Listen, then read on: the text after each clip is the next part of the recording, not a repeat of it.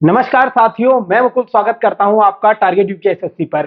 तो जीएस के हम लोग कुछ क्वेश्चन देखने वाले हैं सेट नंबर 7 के। पहला क्वेश्चन हमारे पास था, अंतर्राष्ट्रीय साक्षरता दिवस किस तिथि को मनाया जाता है। अच्छा, यहाँ पर बात हो रही है अंतर्राष्ट्रीय साक्षरता दिवस की, तो ये मनाया जाता है, ऑप्शन डी सही हो जाएगा, 8 सितंबर को। ठीक है, नोट करके लिखिएगा क्योंकि इंपॉर्टेंट क्वेश्चन है भाई, आने की संभावनाएं रहती है खासतौर पर यूकेएसएससी में।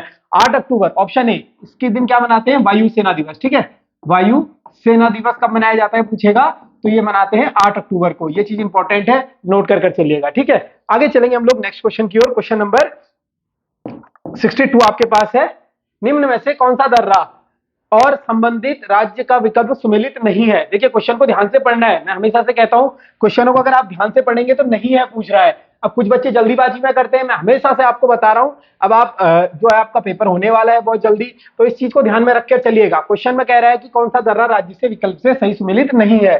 पहला दर्रा है हमारे पास जेलेपला दर्रा, सिक्किम में है। बिल्कुल है भाई, जेलेपला दर्रा तो सिक्किम में ही है। ठीक है, ये तो ऑप्शन ए सही हो जाएगा। अगला ऑप्शन है हमारे पास दीफू दर्रा मणिपुर। क्या दीफू दर्रा मणिपुर में है? बिल्कुल गलत। दीफू दर्रा हमने पढ़ा है अरुणाचल प्रदेश में। ठीक है, अरुणाचल प्रदेश में क्या हो जाएगा भाई, ये हो जाएगा हमारा दीफू दर्रा। इस चीज को नोट करके लिखिएगा, दीफू दर्रा कहां पर है, अरुणाचल प्रदेश में। ठीक है, यहीं पर क्या है, यांगयाप दर्रा है जिससे होकर, ठीक है, यांगयाप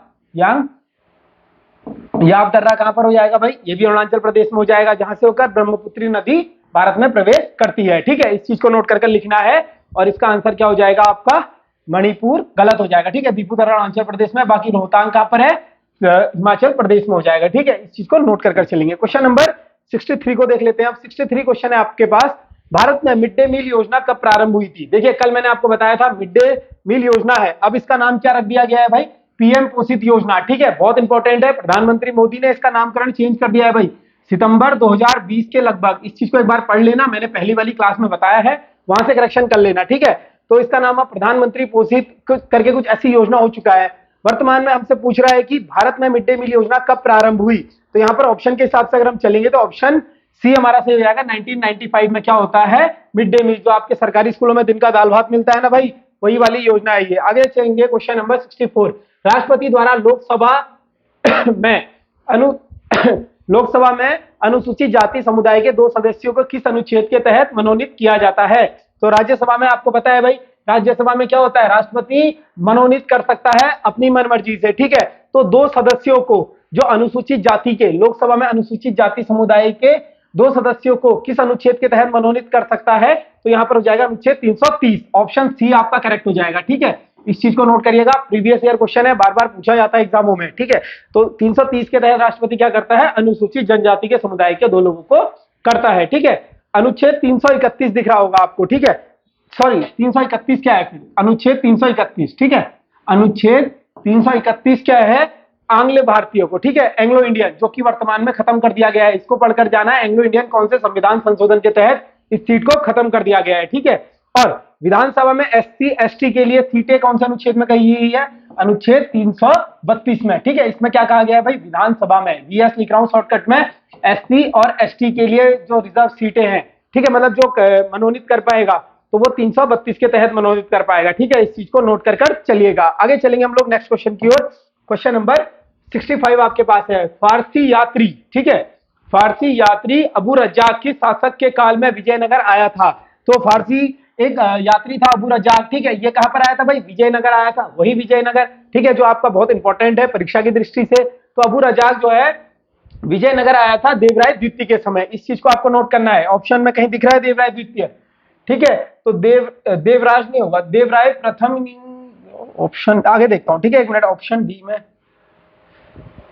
इसका ऑप्शन देवराय द्वितीय करिएगा। ठीक है, तो देवराज नहीं होगा भाई, यहां पर देवराय द्वितीय होगा। ठीक है, देवराय द्वितीय, इस चीज को सही कर लीजिएगा। बाकी इसका ऑप्शन नंबर आपका सी सही हो जाएगा। ठीक है, देवराज नहीं होगा। देवराय द्वितीय के समय क्या हुआ था, अबू रज्जाक विजयनगर आया था। इंपॉर्टेंट क्वेश्चन है भाई, हिस्ट्री में ऐसे क्वेश्चन बचते हैं। ठीक है, कब आया था, लगभग बताया जाता है 1442 के आसपास। तो इस चीज को भी आपको नोट कर चलना है, 1442 के आसपास देवराय द्वितीय के समय कौन आया था, अबू रज्जाक आया था। नेक्स्ट क्वेश्चन आपके पास है भाई, भारतीय संविधान में किस अनुच्छेद में 6 से 14 वर्ष के बच्चों के लिए निःशुल्क और अनिवार्य शिक्षा का मूल अधिकार प्रदान किया गया है। शिक्षा का मूल अधिकार प्रदान किया गया है 6 से 14 वर्ष, मैंने आपको पहले भी बताया था कि बहुत लोग कंफ्यूजन हो जाते हैं यहाँ पर ना। दिक्कत क्या है कि 23 और 24 हमेशा से कंफ्यूज करते हैं आपको आर्टिकल। तो यहाँ पर तो खैर भारतीय संविधान में अनुच्छेद में 6 से 14 वर्ष के बच्चों के लिए निःशुल्क शिक्षा अनिवार्य मूल अधिकार। अच्छा, मूल अधिकार क्वेश्चन दूसरा है। ठीक है ठीक है ठीक है, तो क्वेश्चन दूसरा है भाई। तो यहाँ पर कह रहा है कि किस अनुच्छेद के तहत दिया गया, तो ये दिया गया था भाई 21 का क। आपने सुना होगा 21 के क में ही क्या है आपका 6 से 14 वर्ष के जो बच्चे होते हैं इनके लिए अनिवार्य शिक्षा का प्रावधान है हमारे संविधान में। यहीं पर अगर मैं बात करूं किस संविधान संशोधन के तहत ये हो पाया भाई, 86वां संविधान संशोधन। आपका बहुत इंपॉर्टेंट है भाई 86वां संविधान संशोधन। ये कब हुआ था? 2003 में। ठीक है, 2003 में शायद मेरे ख्याल से, सॉरी 2002 नोट करिएगा, 2002 में हुआ था आपका 86वां संविधान संशोधन। इसी के 21 क में क्या जोड़ा गया था भाई, भारतीय संविधान 6 से 14 वर्ष के जो बच्चे होंगे इनके लिए निःशुल्क शिक्षा अनिवार्य कर दी जाएगी। ये चीजों को इंपॉर्टेंट मार्क कर चलिएगा। नेक्स्ट क्वेश्चन आपके पास है भाई, मैनरहीम रेखा किन दो देशों के अंतरराष्ट्रीय सीमा बनाती है? आपने सुना होगा भाई रेडक्लिफ रेखा, या फिर हम सुनते हैं ड्यूरंड रेखा। इसी तरीके से मैनरहीम रेखा भी है। ये क्या है? दो देशों के बीच एक सीमा निर्धारित काल्पनिक रेखा होती है। ठीक है, दो सीमा क्या होती है? काल्पनिक रेखा। जिस टाइप से हम अक्षांश देशांश पढ़ते हैं, एक बॉर्डर टाइप में ये डिसाइड कर दिया जाता है कि ये रेखा जो है दो देशों का बॉर्डर है। तो यहाँ पर मैनरहीम रेखा किन दो देशों के अंतरराष्ट्रीय सीमा बनाती है? ऑप्शन के हिसाब से अगर हम देखेंगे तो फिनलैंड और रूस यहाँ पर सही उत्तर हो जाएगा हमारा ऑप्शन सी। ठीक है, तो इंपॉर्टेंट है। क्यों इंपॉर्टेंट है? आजकल आपको पता है ना, इसी चीज को लेकर तो विवाद चल रहा है। जो रशिया है भाई, ये रशिया यहाँ पर यूक्रेन पर अटैक क्यों कर रहा है? क्योंकि यूक्रेन जो है नाटो में शामिल होना चाहता है। ठीक है, नाटो में शामिल होना चाहता है। तो जो भी बॉर्डर रशिया के साथ शेयर करते हैं, चाहे बेलारूस हो आपका यहाँ पर, चाहे यहाँ पर आपका कजाकिस्तान हो, तो जितने भी रूस से आसपास से टच होते हैं ना, पढ़ के जाइएगा, इनसे रिलेटेड कुछ ना कुछ आपको यहाँ से क्वेश्चन देखने को मिल सकता है। ठीक है, इसीलिए बता रहा हूँ फिनलैंड और रूस के मैनरहीम जो रेखा है इनके बीच सीमा बनाती है। ठीक है, तो अब ये आपको बताने की जरूरत नहीं है। ठीक है, जर्मनी और पोलैंड, जर्मनी और पोलैंड के बीच में आपने सुना होगा हिंडनबर्ग। ठीक है, हिंडनबर्ग रेखा क्या होता है? जर्मनी और पोलैंड के बीच सीमा बनाती है। इस चीज को नोट करिए चलिएगा। ठीक है, भारत और चीन मैकमोहन रेखा। ठीक है, मैकमोहन रेखा किसके बीच है भाई? भारत और चीन के बीच कब निर्धारित की गई थी? 1914 में। इस चीज को नोट करके चलिएगा, कंफ्यूज कर देता है कभी कभी। ठीक है, और रेड क्लिफ रेखा क्या है? भारत और पाकिस्तान या फिर बांग्लादेश। हाल ही में क्वेश्चन आया था, उसमें पाकिस्तान न देकर बांग्लादेश दिया था, क्योंकि बांग्लादेश भी पहले क्या था भाई, बांग्लादेश यहाँ पर पहले पूर्वी पाकिस्तान नाम से जाना जाता था, इसीलिए जो है बांग्लादेश को उसने सही उत्तर ठहराया था। ठीक है, और जर्मनी और फ्रांस, ये भी इंपॉर्टेंट है। तो मैनी नाट, ठीक है, मैनी नाट, ये रेखा किसके बीच गुजरती है भाई? जर्मनी और फ्रांस के बीच गुजरती है। मैगी नाट, ठीक है, मैगी नाट, मैगी करिएगा, मैगी नाट। ठीक है, मैगी नाट रेखा किसके बीच गुजरती है भाई? मैगी नाट रेखा गुजरती है जर्मनी और फ्रांस के बीच। 68 क्वेश्चन आपके पास है भाई। नेक्स्ट क्वेश्चन, भारतीय रिजर्व बैंक का गठन किस समिति की सिफारिश पर किया गया? आप जानते हैं भाई भारतीय रिजर्व बैंक बहुत इंपॉर्टेंट है। ठीक है, तो ये भाई आपका जो है रिजर्व बैंक 1 अप्रैल 1935 हम इसे पढ़ चुके हैं भाई। ठीक है, कब पढ़ चुके हैं? 1 अप्रैल 1935 में क्या होता है? रिजर्व बैंक की स्थापना होती है। इसका राष्ट्रीयकरण हम पढ़ चुके हैं, 1949 में हो जाता है राष्ट्रीयकरण। ठीक है, 1949 में देश आजादी के बाद क्या होता है? इसका राष्ट्रीयकरण हो जाता है। इसी आरबीआई की स्थापना जो एक समिति थी, सीडी देशमुख समिति, ठीक है, हिल्टन आयोग की समिति पर, ऑप्शन ए आपका करेक्ट हो जाएगा। हिल्टन आयोग की समिति पर क्या होता है भाई? हिल्टन यंग आयोग की समिति पर आरबीआई का गठन होता है 1 अप्रैल 1935 को। ठीक है, ऑप्शन बी में आपको दिख रहा होगा फेरवानी समिति। इससे क्या होता है भाई? फेरवानी समिति से यह 1992 की है। पहले तो लिखिएगा कब की समिति है, 1992 की समिति हो जाएगी। और एनएसई यानी मैं बात कर रहा हूं यहां पर नेशनल स्टॉक एक्सचेंज की। ठीक है, नेशनल स्टॉक एक्सचेंज की स्थापना कब होती है भाई? ये होती है हमारी 1992 में फेरवानी समिति की सिफारिश पर। ठीक है, इस चीज को नोट करिए चलिएगा, अगर मंथ पूछेगा तो नवंबर लिख के आइएगा। ठीक है, अब सीडी देशमुख, ये क्या है भाई? सीडी देशमुख हो जाएंगे आरबीआई के प्रथम भारतीय गवर्नर। ठीक है, सीडी देशमुख आरबीआई के, ठीक है, प्रथम भारतीय गवर्नर कौन है भाई? ठीक है, इंडियन गवर्नर लिख देता हूं यहां पर, कौन हो जाएंगे हमारे? सीडी देशमुख हो जाएंगे। इस चीज को नोट करिएगा। और शिवरमन समिति की सिफारिश पर किसकी स्थापना हुई थी भाई? नाबार्ड की। ठीक है, नाबार्ड की। और जो लोग देख रहे हैं वीडियो को जल्द से जल्द लाइक करें, और उनके लिए कमेंट में एक छोड़ जा रहा हूं, नाबार्ड की स्थापना कब होती है? ये बता चुका हूं बार बार। और किस पंचवर्षीय योजना में होती है? 2 क्वेश्चन आपके लिए है, कमेंट करिएगा। नाबार्ड की स्थापना किस तिथि को होती है? विद डेट बताया था मैंने, और किस पंचवर्षीय योजना में हुई थी। इसी के साथ नेक्स्ट क्वेश्चन देखेंगे, क्वेश्चन नंबर 69, फाल्गुन गौन क्या है? तो फाल्गुन गौन क्या है भाई? ये आपको बताना था। पूछा गया प्रश्न था अटपटा सा यूपी पीसीएस में, ठीक है, यूपी पीसीएस का ये प्रश्न है और उत्तराखंड पीसीएस में भी आ चुका है, तो इसीलिए यहाँ पर आपको दे दिया, कोई ज्यादा समझने वाला नहीं है। तो फाल्गुन फोन चीन में आध्यात्मिक आंदोलन को कहा जाता है, ठीक है, ऑप्शन ए करेक्ट हो जाएगा। चीन में आध्यात्मिक आंदोलन को क्या कहा जाता है? फाल्गुन गौंग कहा जाता है। इस चीज को नोट करेंगे। नेक्स्ट क्वेश्चन है क्वेश्चन नंबर 70। कल्याण द्वारा रचित रास तरंगिणी किस भाषा में रचित है? कलहण, सॉरी, ठीक है, कल्याण नहीं होगा यहाँ पर यार, कलहण, ठीक है, तो टाइपिंग मिस्टेक है भाई, कलहण होना चाहिए था। कलहण द्वारा रचित रास तरंगिणी किस भाषा में लिखी गई है? तो आपको पता है भाई, रास तरंगिणी कलहण ने लिखी थी संस्कृत भाषा में, ऑप्शन डी आपका सही हो जाएगा। नेक्स्ट क्वेश्चन आपके पास है भाई, क्वेश्चन नंबर 71। पोलो खेल में एक पक्ष में कितने खिलाड़ी होते हैं भाई? पोलो खेल, पोलो क्या होता है भाई? आपने देखा होगा अमीरों वाला खेल, ठीक है, पोलो खेल अमीरों वाला खेल है। इस खेल में आपको बताना है एक पक्ष में कितने खिलाड़ी होते हैं, तो ऑप्शन के हिसाब से देखेंगे हम, ऑप्शन 4 आपका सही हो जाएगा। पोलो में क्या होते हैं भाई?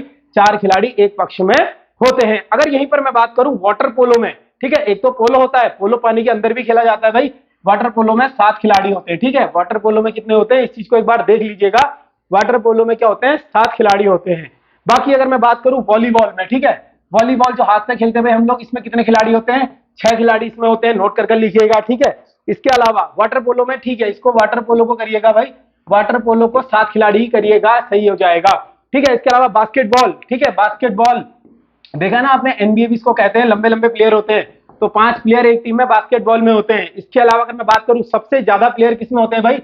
रग्बी, ठीक है, रग्बी, नमस्ते लंदन जिसने देखी होगी ना, अक्षय कुमार जो खेल खेलता है वही रग्बी होती है, ठीक है, उसी खेल में क्या होते हैं? सबसे ज्यादा 15 खिलाड़ी होते हैं। इसके बाद क्रिकेट का आपको पता है 11, हॉकी, फुटबॉल सभी में 11 प्लेयर होते हैं। और आपको एक चीज नोट करके लिखनी है, नेट बॉल, ठीक है, नेट बॉल में कितने प्लेयर होते हैं भाई? नेट बॉल में 7 प्लेयर होते हैं। और इसी तरीके से बेसबॉल होता है, ठीक है, बेसबॉल जिसमें डायमंड एक होता है ना, इस डायमंड शेप में खेला जाता है कुछ इस प्रकार से, तो इसमें कितने प्लेयर होते हैं भाई? बेसबॉल में 9 प्लेयर होते हैं। इस चीज को भी लिखिएगा, सारा रिवीजन करा रहा हूं फटाफट, बिल्कुल, ठीक है। खो खो में कितने होते हैं भाई? खो खो गांव दराज में खेलते हो ना, स्कूल में बहुत खेला होगा, 9 प्लेयर होते हैं खो खो में। इसी के अलावा कबड्डी, प्रो कबड्डी लीग कितने होते हैं भाई कबड्डी में? ठीक है, कबड्डी में होते हैं आपके 7 प्लेयर। इस चीज को भी नोट कर लिखिएगा, ठीक है, सब कुछ लिखा दिया आपको। और एक जिम्नास्टिक होता है, तो जिम्नास्टिक में कितने होते हैं भाई? दीपा मलिक आपने देखा होगा, बहुत चर्चा में रहती हैं जिम्नास्ट में, ठीक है, 8 प्लेयर इसमें होते हैं जिम्नाजिम में। तो इस चीज को नोट, जिम्नास्टिक में, ठीक है, जिम्नास्टिक, सॉरी, जिम्नास्टिक हो जाएगा यहाँ पे, जिम्नास्टिक में 8 प्लेयर होते हैं, सब लिखा दिया है, इंपॉर्टेंट है, ऐसे ही क्वेश्चन यूपीएसएससी देता रहता है। नेक्स्ट क्वेश्चन आपके पास है क्वेश्चन नंबर 72। किस शासक के काल में शासक के काल को स्थापत्य का स्वर्ण कला काल कहा जाता है? तो किस शासक को कहा जाता है भाई? पहले भी बताया था, शेरशाह का जो काल था इसको क्या कहा जाता है? स्थापत्य का स्वर्ण काल कहा जाता है, शेरशाह के कार्यकाल को, ठीक है। चित्रकला का स्वर्ण काल किसके कार्यकाल को कहा जाता है? जहांगीर, ठीक है। चित्रकला बताया था, चित्रकला 1605 में से लेकर 1627 तक गद्दी में जहांगीर बैठता है, अनेक कार्य होते हैं, इसी के कार्यकाल में चित्रकला का स्वर्ण काल कहा जाता है, ठीक है। हिंदी साहित्य का स्वर्ण काल किसके कार्यकाल को कहा जाता है? हिंदी साहित्य, ठीक है, हिंदी साहित्य का स्वर्ण काल ये कहा जाता है भाई अकबर के शासनकाल को, ठीक है, अकबर के शासनकाल को हिंदी साहित्य का स्वर्ण काल लिखिएगा, नोट कर इस चीज को नोट कर, ठीक है। और सॉरी, स्थापत्य का स्वर्ण काल जहांगीर ये कहा जाता है शायद शाहजहां के कार्यकाल को, ठीक है, तो शाहजहां होगा भाई, सॉरी इस चीज को करेक्शन करिएगा, ये कहा जाता है शाहजहां के कार्यकाल को, ठीक है। शाहजहां ऑप्शन से मिसिंग है मेरे ख्याल से, तभी, ठीक है, मैं शाहजहां सोच, ठीक है, शाहजहां सही तो है, ठीक है, शाहजहां ही था वो, शेरशाह सूरी मैंने बोला था मुझसे, शाहजहां के कार्यकाल को ही कहा जाता है स्थापत्य कला का स्वर्णकाल, ठीक है, इस चीज को नोट कर चलिएगा। नेक्स्ट क्वेश्चन हो जाती है भाई कभी कभी मिस्टेक, ठीक है, तो कभी कभी मिस्टेक को माइंड नहीं करना है।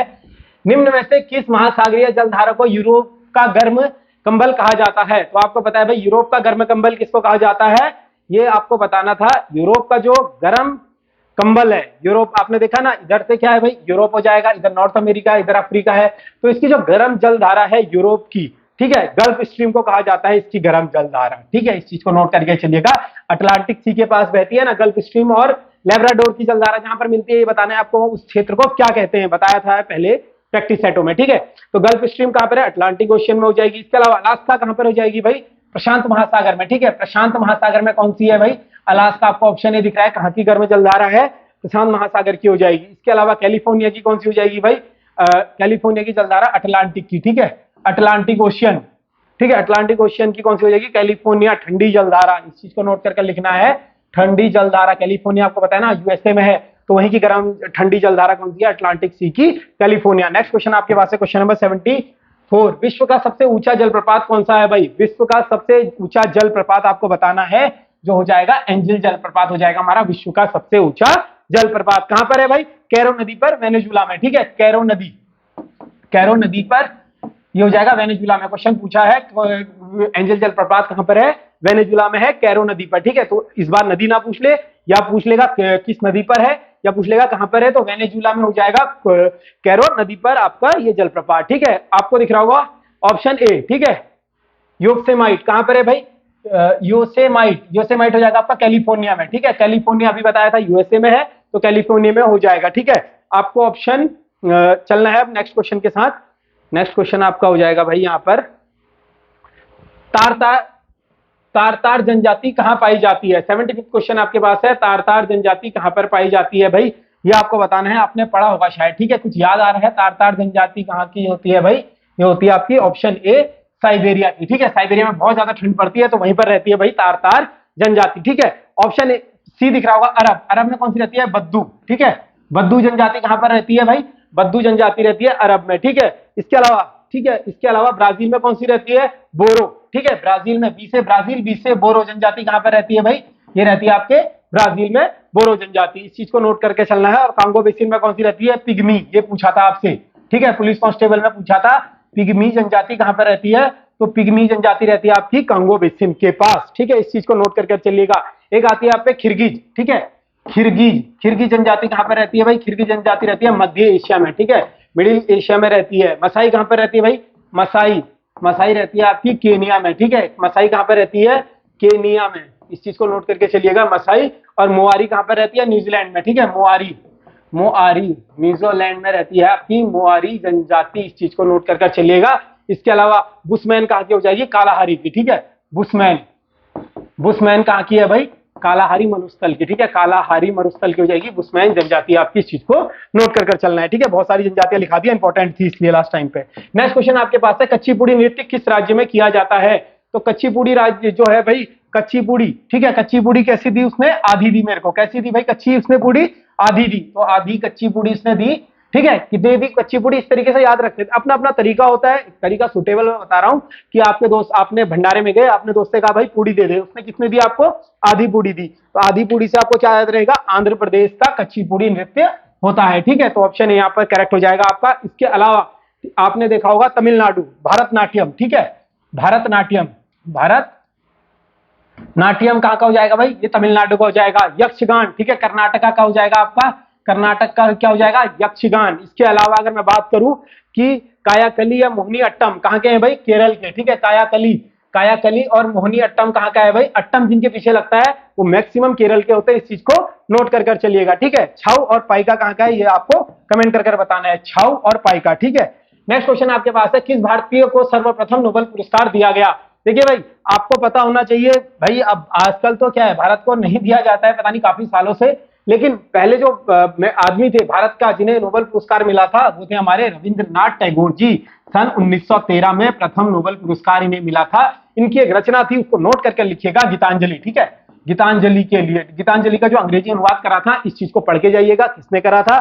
बाकी गीतांजलि के लिए इन्हें क्या मिला था? 1913 में नोबेल पुरस्कार मिला था साहित्य क्षेत्र में। ठीक है, किसमें मिला था पूछेगा, कभी कभी ये बहुत चालू है ना आयोग, तो ये पूछ लेगा कि भारत को अब तक साहित्य के क्षेत्र में नोबेल पुरस्कार किसे मिला है। तरीका होता है ना क्वेश्चन बनाने का। मैं आपको हमेशा क्या कहता हूं, थोड़ा सा स्मार्ट होकर पढ़िए। जैसे उसने पूछ लिया कि भारत में अब तक साहित्य में नोबेल किसको मिला है, आप याद ही नहीं कर पाओगे, क्योंकि आप तो पढ़ के क्या गए हो, पहला नोबेल किससे मिला। तो थोड़ा सा एक्सप्लोर चीजों को करना सीखिए इधर उधर से, ये चीज आपकी बिल्कुल सही हो जाएगी। ठीक है, तो रविन्द्रनाथ टैगोर को 1913 में गीतांजलि के लिए मिला है। इसके अलावा आपके पास ऑप्शन सी में सीवी रमन। ठीक है, सीवी रमन को 1930 में मिला था केमिस्ट्री के लिए। ठीक है, केमिस्ट्री के लिए किसको मिला था भाई? केमिस्ट्री को हिंदी में जो भी कहते होंगे, ठीक है, रसायन में मिला था भाई, शायद मेरे ख्याल से ही कहते हैं। सीवी रमन को 1930 में। इस चीज को नोट करिएगा चलिएगा। और हरगोविंद खुराना को कब मिला था भाई? इस चीज को आपको नोट करना है, 1968 में मिला था हरगोविंद खुराना जी को। ठीक है, चिकित्सा में मिला था मेरे ख्याल से इनको, शायद एक बार चेक कर लीजिएगा। और मदरसा को कब मिला था भाई? 1979 में मदरसा को मिला था। ठीक है, इस चीज को नोट कर चलना है। उसी के एक वर्ष बाद इन्हें भारत रत्न मिलता है। इस चीज को नोट कर चलेंगे। नेक्स्ट क्वेश्चन आपके पास है भाई, पीसा अधिनियम किससे संबंधित है? लास्ट टाइम वीडियो में क्वेश्चन आया था भाई, पीसा अधिनियम, ठीक है, पंचायती एक्सटेंशन शेड्यूल्ड एक्ट करके कुछ ऐसी है, ठीक है, जो पंचायतों में पंचायती एक्सटेंशन शेड्यूल्ड एक्ट अधिनियम किससे संबंधित है भाई? आपका पंचायतों से। पी फॉर पंचायत, थोड़ा सा लॉजिक के साथ हो जाना था, लास्ट टाइम वीडियो में आया था। और कब का हो जाएगा पीसा अधिनियम? ठीक है, पीसा अधिनियम आपका 1996 का है। तो पिछली बार पूछा था किस ईयर का है, 1996 का है। और घुरिया समिति पर, ठीक है, समिति भी लिख लीजिएगा, घुरिया समिति, घुरिया समिति, ठीक है। लास्ट टाइम आपके वीडियो का प्रश्न है, इस चीज को नोट कर चलिएगा। और पंचायतों से संबंधित है 1996 की। नेक्स्ट क्वेश्चन आपके पास है भाई, क्वेश्चन नंबर 79। स्पेल चेक करने के लिए शॉर्टकट की क्या होती है? आपको पता है भाई, कंप्यूटर में स्पेल चेक करने के लिए शॉर्टकट की कौन सी होती है भाई? F7। ऑप्शन सी आपका करेक्ट हो जाएगा, F7 स्पेल चेक करने के लिए होती है। F1 किसके कार्य आती है? हेल्प के, ठीक है, हेल्प के काम आती है F1। इसके अलावा F2 किसके कार्य आती है भाई? फाइल को रीनेम, जो आपका फोल्डर होता है, मान लीजिए उसकी फाइल आपको रीनेम करनी है, तो फाइल रीनेम का किसमें आता है भाई? ये आता है F2 में। इसके अलावा F5 ये रिफ्रेश करने के काम आती है। जब विंडोज पर आप रिफ्रेश करते हो ना राइट क्लिक करके माउस का, तो रिफ्रेश करने के काम कौन सी आती है? F5 आती है। इसके अलावा अगर मैं आपको बताऊं F4, ठीक है, शॉर्टकट कुंजी होती है भाई विंडोज क्लोज करने की या कंप्यूटर को शट डाउन करने की, विंडो फाइंड, ठीक है, ये आपका हो जाएगा। इस चीज को नोट कर चलना है। नेक्स्ट क्वेश्चन आपके पास है, question number 80। The wealth of nation नामक पुस्तक के लेखक हैं। तो द वेल्थ ऑफ नेशन नामक पुस्तक के लेखक कौन हो जाएंगे भाई? Adam Smith. बहुत इंपॉर्टेंट है, बार बार पूछी जाती है। वेल्थ ऑफ नेशन किसकी पुस्तक हो जाएगी? एडम स्मिथ की है, ठीक है। प्रिंसिपल ऑफ इकोनॉमिया किसकी है भाई? मार्शल की, ठीक है। प्रिंसिपल ऑफ इकोनॉमिया लिखिएगा नोट कर। प्रिंसिपल ऑफ इकोनॉमिया किसकी हो जाएगी भाई? ये हो जाएगी आपकी मार्शल की पुस्तक हो जाएगी। कीन्स की हाउ टू पे फॉर वॉर, ठीक है, हाउ टू पे फॉर वॉर किसकी है? हाउ टू पे फॉर वॉर, ठीक है, ये किसकी हो जाएगी भाई? कीन्स की हो जाएगी, हाउ टू पे फॉर वॉर। इसके अलावा दास कैपिटल, ये किसके हैं? सब कार्ल मार्क्स की हैं, ठीक है। दास कैपिटल, दास कैपिटल किसकी है? कार्ल मार्क्स की हो जाएगी। इसके अलावा कम्युनिस्ट मैनिफेस्टो किसकी हो जाएगी? कार्ल मार्क्स की हो जाएगी, ठीक है। कम्युनिस्ट है तो कम्युनिस्ट मैनिफेस्टो नाम से इन्होंने पुस्तक लिखी थी कार्ल मार्क्स ने। ये चीज को नोट कर चलना है। नेक्स्ट क्वेश्चन आपके पास है भाई, क्वेश्चन नंबर 81, ठीक है। भारतीय संविधान के भाग 4 में वर्णित नहीं है। तो भाग 4 में क्या वर्णित नहीं है भाई? पहले बात करूं मैं अगर भाग 4 की, तो भाग 4 क्या है? आपको पता है भाग 4 आपका क्या है भाई?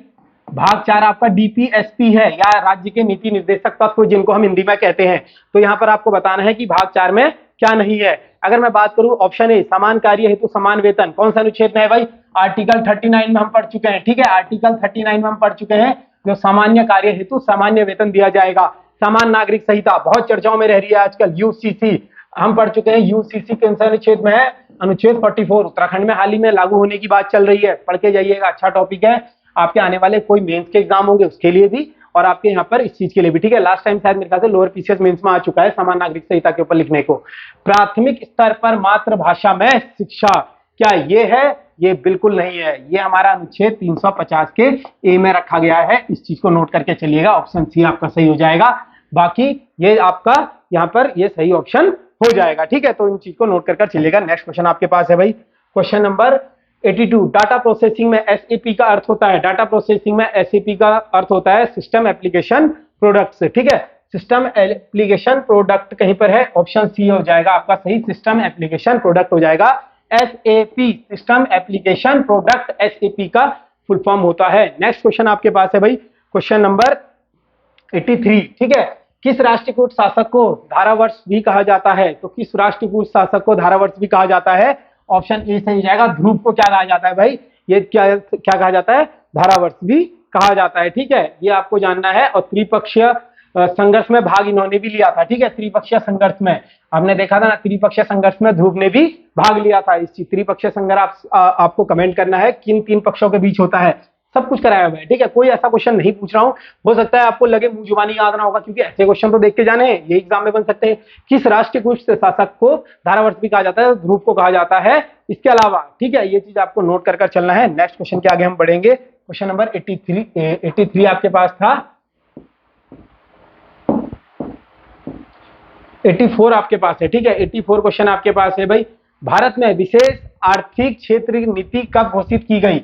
तो भारत में विशेष आर्थिक क्षेत्र नीति कब घोषित की गई आपको बताना है। ये की गई थी भाई अप्रैल 2000 में, ठीक है। इस चीज को नोट करके चलना है, ऑप्शन बी आपका सही हो जाएगा, विशेष आर्थिक क्षेत्र नीति। अगर हम बात करें यानी स्पेशल इकोनॉमिकल जोन, ठीक है, SEZ जिसको आप कहते हो स्पेसिफिक इकोनॉमिक जोन, ठीक है, विशेष आर्थिक क्षेत्र नीति घोषित की गई थी अप्रैल 2000 में, ठीक है। SEZ एक्ट कब का हो जाएगा भाई, इस एक्ट को नोट करके चलिएगा, 2005 का ये एक्ट हो जाएगा, ठीक है। 2005 में एक्ट बना था और लागू कब से हुआ था, 2006 से, ठीक है। लागू कब से हुआ था SEZ, 2006 से। और नीति कब की है, ठीक है, नीति सबसे पहले नीति पूछेगा तो नीति हो जाएगी अप्रैल 2000 की नीति हो जाएगी। एक्ट 2005 का हो जाएगा, लागू 2006 में हुआ था। SEZ बहुत इंपॉर्टेंट है, इसीलिए आपको करा रहा हूं, ठीक है। नेक्स्ट क्वेश्चन आपके पास है भाई, क्वेश्चन नंबर 85, निम्न में से कौन सा एक एंटीवायरस है। तो कौन सा एक एंटीवायरस है भाई, आपको बताना है। एंटीवायरस क्या होता है भाई, मैंने आपको उस दिन बताया था, जो वायरस को खत्म करने के लिए होता है, ठीक है। एंटीवायरस क्या होता है, वायरस को खत्म करने के लिए होता है। अगर मैं बात करूं यहां पर क्रिप्टोलॉकर, कोड रेड या मोलिसा, ये तीनों ही क्या है भाई, ये हो जाएंगे आपके वायरस, ये तीनों ही वायरस के नाम है, ठीक है। अब आपने पढ़े नहीं होंगे, इसीलिए कहता हूं कंप्यूटर जब पढ़ोगे तभी पता लगेगा, उल्टा सीधा नहीं पढ़ना है। थोड़ा टफ क्वेश्चन था, प्रीवियस ईयर पूछा गया था, इसलिए आपको दे दिया, ठीक है। ये तीनों क्या है, वायरस है भाई, इस चीज को लिखिएगा। नेक्स्ट आपके पास यहाँ पर ऑप्शन डी था, डॉट वेब क्या हो जाएगा, एंटीवायरस डॉट वेब, ठीक है। इसी के साथ आवाज का हमने देखा है, एंटीवायरस हो जाएगा, ठीक है। AVG इसका एंटीवायरस है, MF का है, MCAF का एंटीवायरस हो जाएगा। ये चीजें आपको नोट करना है। टॉर्जन और कैस्पर्स का भी क्या होता है, एंटीवायरस होता है। अगला है आपके पास 86वां क्वेश्चन, ईवीएम से पूरा चुनाव कराने वाला पहला राज्य कौन सा है। ईवीएम इलेक्ट्रिक वोटिंग मशीन बहुत ज्यादा विवादित रहती है भाई। विपक्ष क्या कहता है कि बीजेपी ईवीएम के साथ सेटिंग करती है कि बैलेट चुनाव करवाओ। बीजेपी कहती है भाई कि और राज्यों में जब तुम जीत रहे हो तो वहां तो ईवीएम हैक नहीं होती, जैसे कर्नाटका में भी कांग्रेस जीती है। तो ये एक ना माइंड गेम है, इस चीज को आपको समझना है, ठीक है। अभी कर्नाटका में कांग्रेस जीती तो कांग्रेस चुप है भाई, उसने ईवीएम पर कोई सवाल नहीं करा। अभी मान लीजिए वो लोकसभा या राजस्थान में कहीं चुनाव होते हैं, हार जाती है, फिर उनकी ईवीएम हैक है। तो ये सब तर्क वितर्क है, ये सब राजनीतिक मुद्दे हैं, इनको आप राजनीति तक रहने दीजिए। फिलहाल आपका क्वेश्चन है भाई, ईवीएम पर पूरा चुनाव कराने वाला पहला राज्य कौन सा है। तो अगर मैं बात करूं यहाँ पर गोवा राज्य क्या है भाई, ईवीएम से चुनाव कराने वाला पहला राज्य है, 1999 में करवाया था। ये हम पहले भी पढ़ चुके हैं, इस चीज को आपको इंपॉर्टेंट मार्क कर चलना है। और सर्वप्रथम कहां पर हुए थे भाई, 1982 में केरल में, ठीक है। 1982 में सर्वप्रथम कहां पर होते हैं, केरल में होते हैं ईवीएम से चुनाव, इस चीज को नोट करना है। क्वेश्चन नंबर 87 आपको देखना है भाई, फाजिस्म का उदय सर्वप्रथम किस देश में हुआ, ठीक है। फाजिस्म का उदय सर्वप्रथम किस देश में हुआ था भाई, ये हुआ था इटली में, ठीक है। फाजिस्म का कहां पर सबसे पहले उदय हुआ था भाई, इटली राज्य में, इटली देश में हुआ था फाजिज्म का, ठीक है, फासिज्म का उदय, ठीक है। फासिज्म का उदय सर्वप्रथम किस देश में माना जाता है, तो इटली में माना जाता है। क्वेश्चन नंबर 90 देखेंगे, वर्ल्ड, एक बात बता रहा हूं आपको, वर्ल्ड ज्योग्राफी ना हल्के में मत लेके जाना, जो भी है भाई, ठीक है। वर्ल्ड ज्योग्राफी आपको अच्छी खासी देखने को मिलेगी, वर्ल्ड हिस्ट्री क्या, क्योंकि ना वीडियो स्नातक स्तरीय परीक्षा है, 12th लेवल से कंपेयर मत करना। फिर बता रहा हूं, world history, world geography last के कुछ दिन बचे हैं, अगर पढ़ सकते हो तो पढ़कर चले जाना, ठीक है। टी मापक पर निम्न में किसका मापन किया जाता है, तो टी मापक पर, ये पहले भी आ चुका है प्रश्न, चक्रवातों की शक्ति किसमें मापी जाती है, टी मापक में, ठीक है। टी मापक में किसको मापा जाता है भाई, चक्रवातों की शक्ति को। बाकी वर्षा की मात्रा रेन गेजर में, ठीक है। रेन गेज में किसकी मापी जाती है भाई, रेन गेज में मापी जाती है वर्षा की मात्रा, ठीक है। सिस्मोग्राफ, ठीक है, सिस्मोग्राफ किसमें मापी जाती है, भूकंपीय तरंगे, ठीक है। मार्कोनी और रिएक्टर स्केल हम पढ़ चुके हैं, उसमें मापते हैं। बाकी सिस्मोग्राफ क्या कहा जाता है, भूकंपीय तरंगों का मापन के लिए इस्तेमाल होता है, ठीक है। पवनों की गति को किसमें मापते हैं भाई, एनीमोमीटर में, ठीक है। पवनों की गति एनीमोमीटर, एनीमोमीटर में किसमें मापते हैं हम, पवनों की गति को। एक आपका आता है ओजोन लेयर को, तो इसको किसमें मापते हैं भाई, डॉप्सन में, ठीक है। डॉप्सन में, ये क्वेश्चन आ चुका है आपके प्रीवियस ईयर है, डॉप्सन को ओजोन लेयर में, ओजोन लेयर को डॉप्सन में मापा जाता है। नेक्स्ट क्वेश्चन आपके पास है 90 क्वेश्चन भाई, कि नामदफा वन्यजीव अभयारण्य किस राज्य में स्थित है। तो नामदफा भाई, नामदफा किसका, अरुण का, ठीक है। तो थोड़ा सा ट्रिक के साथ पढ़ेंगे, नामदफा अरुण का, ठीक है। अरुण नाम से आपको दफा कर दिया उसको अपने अपने दोस्ती से, ठीक है। तो थोड़ा सा माइंड मत करिएगा, अरुण नामदफा कहां पर क्या हो जाएगा, नामदफा राष्ट्रीय वन्यजीव अभयारण्य अरुणाचल प्रदेश में हो जाएगा, इस चीज को नोट कर चलना है। बाकी नेक्स्ट क्वेश्चन आपके पास है, क्वेश्चन नंबर 90, चौलथात, ठीक है। चौलथात तथा दोभाल नामक बंदरगाह किस राज्य के प्रमुख बंदरगाह थे, ठीक है। चौल तथा दोभाल नामक, ठीक है, चौल तथा होगा यार, यहाँ पे थोड़ा सा क्वेश्चन में ना टाइपिंग मिस्टेक बहुत ज्यादा हो रही है, ठीक है। इस चीज पर ध्यान दिया जाएगा भाई, ठीक है। चौल तथा दोभल नामक बंदरगाह किस राज्य का प्रमुख बंदरगाह थे, तो चोल और दोभल, ठीक है। इस चीज को लिख लीजिएगा यार, चौल और कौन सा है, दोभल।